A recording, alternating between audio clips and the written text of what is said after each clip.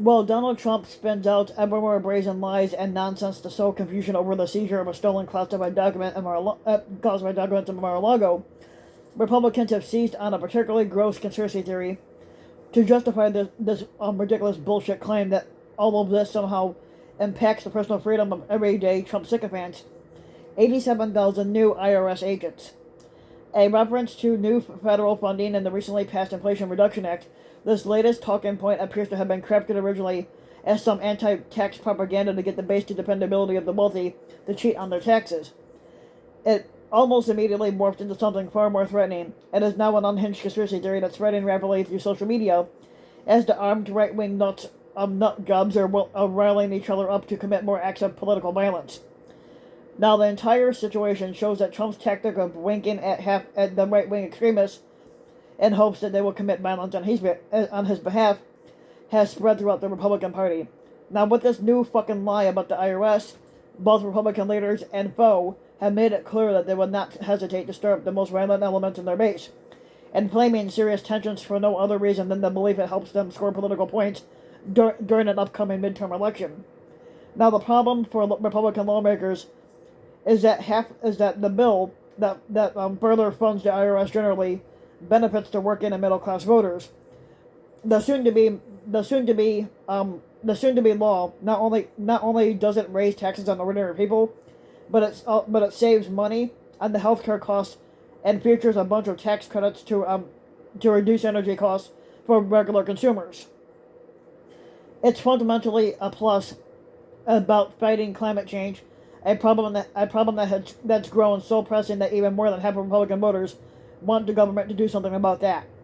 Now, yet, even though this legislation benefits their voters, every single Republican in Congress voted against the bill. Partially, it's that the party is now totally controlled by most of its radical elements. Partially, it's because Republicans in Congress are hyper-focused on serving their wealthy benefactors who are apprehensive about increased corporate taxes and the auditing of wealthy tax cheats. Now, there is an important violent element here, and that's at play right now. In the past, perhaps the Republicans would have just hyped up the higher taxes and increased audit power to mislead everyday Americans into thinking that they'll be subject to any of this. Now, in this Trumpian era, every GOP lie is set to a QAnon level of crazy, and it's merely raising the specter of an IRS audit, and it's apparently not enough. So, no, the party Taylor made this one for the insurrectionist crowd. Now, so the conspiracy theory boils down to this. So this is the conspiracy theory that Republicans are touting, that the President Joe Biden is using the IRS as a cover to build up a secret police force of 87,000 IRS agents that are armed and jackbooted thugs who are coming to kick down maggot doors, to take down guns, etc., which that's not the case. We've all heard it thousands of times before from the info whores and far-right social media set, which has predicted this for decades, that a crystal knot for NASCAR fans is coming any day now. Now this time, however, the conspiracy theory is being pumped up not just by the fever swamps, but by GOP leadership and foe.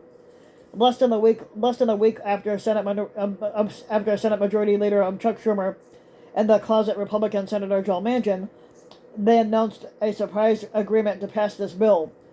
The racist piece of shit fucker Carlson was hosting segments on foe, falsely claiming that because a small minority of IRS enforcement agents have to carry guns, Biden is treating the IRS as a military agency and stockpiling ammunition, which is not the case.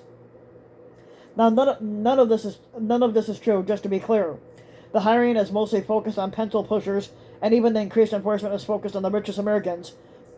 Now, now, it's possible, likely even, that this whole talking point would have died out once Biden signed the bill into law. Now, the conspiracy theory got a steroid injection last week when the FBI raided Mar-a-Lago to retrieve the classified documents that Trump stole. In this pathetic attempt to defend Trump, Republicans have tried to make it seem personal for their audiences, with the GOP House Judiciary account tweeting, "If they can do this to a former squatter, imagine what they can do to you. Not if we haven't broken any laws." But as most Americans do not, in fact, have stolen classified documents about the nuclear program stashed in a broom closet, it's a tough sell. And so a bunch of Republicans immediately seized on the already percolating 87,000 IRS agents to lie and built and they lied and built on this to spin out a conspiracy theory by tying Trump's false accusations of persecution to some larger lie about a deep state assault on maggot America. The Biden administration has fully weaponized DOJ and FBI to target their political enemies, and with 87,000 new IRS agents, they're coming for you too. This is what Senator Ted Cruz tweeted. No, they're not coming for us because we haven't broken any laws. And why do you think that they'll weaponize the 87,000 IRS agents? Agents are, again, the answer is obvious. They're political enemies. Now, unsurprisingly, the talking point spread with the right-wing conspiracy theory machine, hyping the idea that IRS agents are about to kick down the door and kidnap your family and worse your guns any minute now. Now, Foe, which is always eager to muddy the waters when Trump commits crimes, got heavily involved. That the Republicans depend heavily on shameless lying is not new, of course, but this is a development of an even more dangerous trend. Republicans lie on the implicit threat of violence to intimidate their political opponents. Now, Trump, of course, has been doing this for years, going back to 2016, hinting that Second Amendment people should deal with Hillary Clinton. It culminated in his incitement of the January 6th Klan insurrection on the Capitol, and is still going on today as he appeals to his unhinged and armed base to intimidate the FBI into backing down on their investigation into him for espionage. Because Trump committed espionage, that's why he's being investigated. Now, floating this IRS agent conspiracy theory now shows that the Republican leadership is ready to appeal to the same paranoid right-wing elements in order to drum up violent opposition to otherwise non-controversial climate change legislation.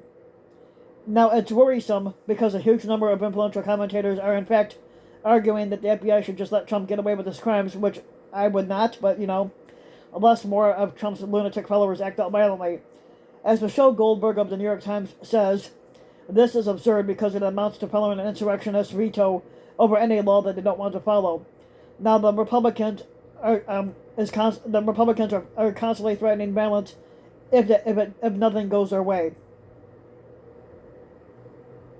Does anyone truly believe that giving in to its blackmail will make it any less aggressive? The use of the 87,000 IRS agents conspiracy theory shows how right Goldberg is. Trump's leverage of terrorism against the FBI hasn't even worked yet, but it's emboldened the larger Republican Party that they're using the same tactic to try to bully Biden's administration out of enforcing tax laws. So it's unlikely that Biden or the IRS will be intimidated. It's unlikely whether Biden or the IRS will be intimidated. Remains to be seen or clear. But it's hard to imagine the same armed right-wing nutjobs who are Klan rallying to Trump's lies about the FBI will be similarly eager to act on behalf of a billionaire having to pay a couple million in back taxes. And still, the fact that Republican leadership so easily feeds paranoid conspiracy theories to the violent fringe base is alarming. But it shows Trump's terroristic attacks are going mainstream in the larger Republican Party, and this is what they feed on. So if you like the video, you can give the video a like and subscribe to my channel, RBW King. You can also hit the notification bell so that you'll be notified when a new video comes out. And if you want to support my work even further, you can donate to my Patreon link, which you can find in the About section of YouTube. And for just as little as a few bucks a month, your donation can help go a long way, and thanks for listening.